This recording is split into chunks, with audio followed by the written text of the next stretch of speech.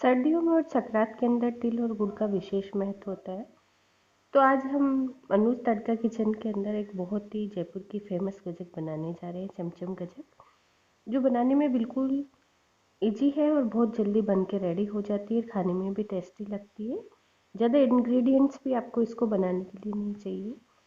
तो चलिए ज़्यादा देर ना करते हुए हम जयपुर की फेमस चमचम गजक बनाना स्टार्ट करते हैं। देखिए देखने में भी कितनी यमी और टेस्टी लग रही है। तो चलिए शुरुआत करते हैं हम इसकी।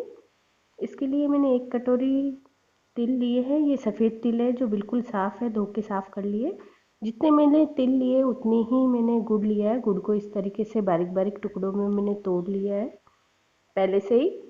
आप किसी भी घर की कटोरी का मेजरमेंट ले सकते हैं और उसी मेजरमेंट से गुड़ और तिल नाप के ले सकते हैं। अब मैंने एक कढ़ाई ली है, उसको गर्म कर लिया है गैस ऑन करके, और उसके अंदर मैंने तिल डाल दिए और तिल को मैं अब थोड़ा देर 5 से 7 मिनट तक सेकूंगी, जब तक ये फूल नहीं जाते। तो हमें तिल सेकने के लिए किसी भी घी या तेल डालने की ज़रूरत नहीं है, क्योंकि तिल में अपना खुद का एक तेल होता है, इसलिए हमें कुछ भी नहीं डालना है। और इनको कंटिन्यू चलाते हुए लो टू मीडियम फ्लेम पे हमें तिल को सेकना है, हाई फ्लेम पे नहीं सेकना है। हाई फ्लेम पे सेकेंगे तो ये जल जाएंगे, इनका टेस्ट खराब हो जाएगा, इसलिए लो मीडियम पे ही सेकना है। देखिए सेकते हुए मुझे 4 से 5 मिनट हो चुके हैं और हमारे तिल बिल्कुल सिक के रेडी हो चुके हैं और ये फूल भी गए। देखिए मैं आपको दिखाती हूँ, ये देखिए कितने हमारे तिल फूल गए हैं। ये सूख अच्छी तरीके से सिक भी गए। अब इनको मैं एक प्लेट में ट्रांसफ़र कर ले। तिल हमने सेके थे उनको ठंडा होने के लिए रख देती हूँ। अब जो हम आगे का प्रोसेस करेंगे वो तिल को ठंडा होने के बाद ही करेंगे। गरम गरम तिल के अंदर हमें इनको पीसना नहीं है, इसलिए इनको ठंडा होने दें।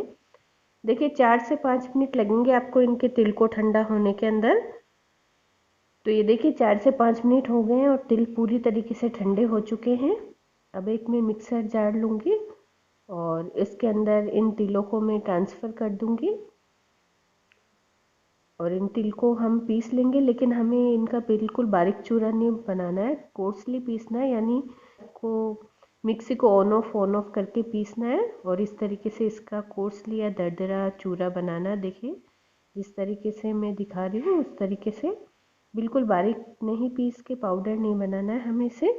अब जो हमने गुड़ लिया था उस गुड़ को इसमें डाल के मिक्सी के अंदर मैं पीस लूँगी। 1 से 2 मिनट आपको इसको पीसने में लगेंगे, ज़्यादा टाइम नहीं लगेगा। देखिए ये आराम से दोनों मिक्स हो चुके हैं इस तरीके से और अच्छा सा गुड़ और तिल मिक्स हो गए, इसलिए मैंने तिल गुड़ को इसके अंदर तिल में कूट के डाला था ताकि आसानी से मिक्स हो जाए। अब चलिए गजक बनाने के लिए मैंने कढ़ाई ऑन करी है, उसके अंदर 1 बड़ा चम्मच घी डाल रही हूँ मैं। जब घी को मेल्ट होने देंगे अच्छे तरीके से हम, और जब हमारा घी मेल्ट हो गया है तो हम इसके अंदर जो तिल और हमने गुड़ को पीसा था वो इसके अंदर मैं ट्रांसफ़र कर दूंगी और 1 से 2 मिनट के लिए हम इनको इसके अंदर सेक लेंगे, जब तक कि हमारा गुड़ पूरी तरीके से मेल्ट नहीं हो जाता है तब तक हम इसके अंदर इसको सेकेंगे घी के अंदर तिल और गुड़ को। ज़्यादा टाइम आपको नहीं लगने वाला है, लो टू मीडियम आपको फ्लेम रखनी है, हाई फ्लेम पे नहीं करना है ये सब कुछ। तो ये देखिए 1 से 2 मिनट के बाद काफ़ी कुछ गुड़ हमारा मेल्ट हो चुका है। इस तरीके से आप चलाते हुए कंटिन्यू मेल्ट कर लेंगे। और साथ ही में इस समय फ्लेवर के लिए मैं 3 से 4 बारीक पिसी हुई इलायची है वो डाल रही हूँ। आप चाहे तो डालिए, स्किप भी कर सकते हैं। इस समय आप इसके अंदर चाहे तो नारियल का बुरादा भी मिक्स कर सकते हैं या भुनी हुई मूंगफली भी पीस के मिक्स कर सकते हैं, लेकिन मैं केवल तिल और गुड़ का ही बना रही हूँ। देखिए 2 से 3 मिनट के अंदर इस तरीके से गुड़ हमारा बिल्कुल मेल्ट हो गया है और इसका कलर भी चेंज हो गया है। 1 से 2 बार मैं इसे और चला के अच्छे से मिक्स कर लेती हूँ और थोड़ा हल्का भी हो गया है ये मिक्सचर और बिल्कुल सिक के हमारा रेडी है। मैंने गैस की फ्लेम को ऑफ कर दिया है। अब हम इसकी गजक जमाएंगे। तो मैंने एक प्लेट को ऑलरेडी घी से ग्रीस कर लिया है और इसके अंदर जब हमने तिल और गुड़ का मिक्सचर लिया था वो इसके अंदर डाल दूंगी मैं सारा इस तरीके से।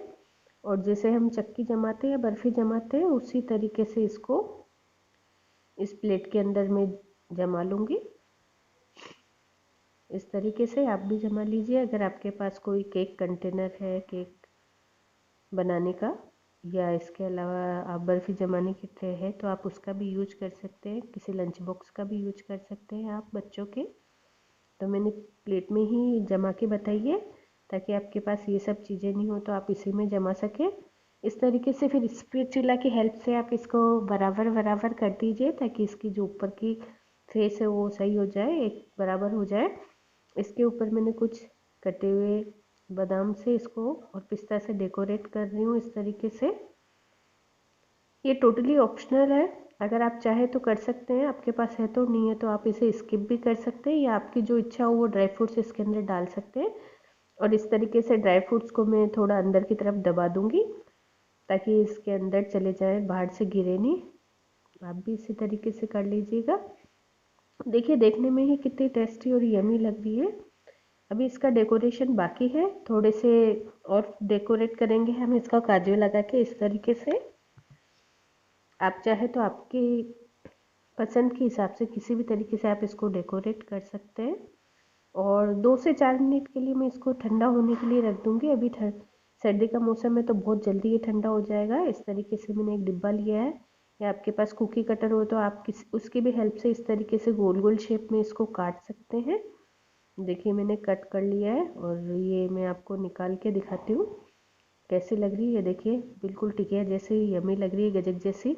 या फिर आप इसको जिस तरीके से चौकोर शेप में, या आप रेक्टेंगल, स्क्वायर, जिस हिसाब से चाहे उस हिसाब से उस शेप के अंदर आप इसको कट कर सकती हैं। और हाँ एक बात ध्यान रखिएगा, कटिए आप थोड़ा 1 से 2 मिनट हो जाए, हल्की सी ये ठंडी हो जाए तभी आप इसको कट कर लीजिएगा, नहीं तो बाद के अंदर इसके चूरे चूरे हो जाएंगे। इस तरीके से कट करके रख लीजिएगा। देखिए मैंने चौकोर काटी है, कितनी यमी और टेस्टी लग रही है। तो सर्दियों के अंदर ज़रूर बना के गुड़ और तिल की गजक बनाकर खाइएगा, जो हमारी हेल्थ के लिए भी बहुत अच्छी होती है।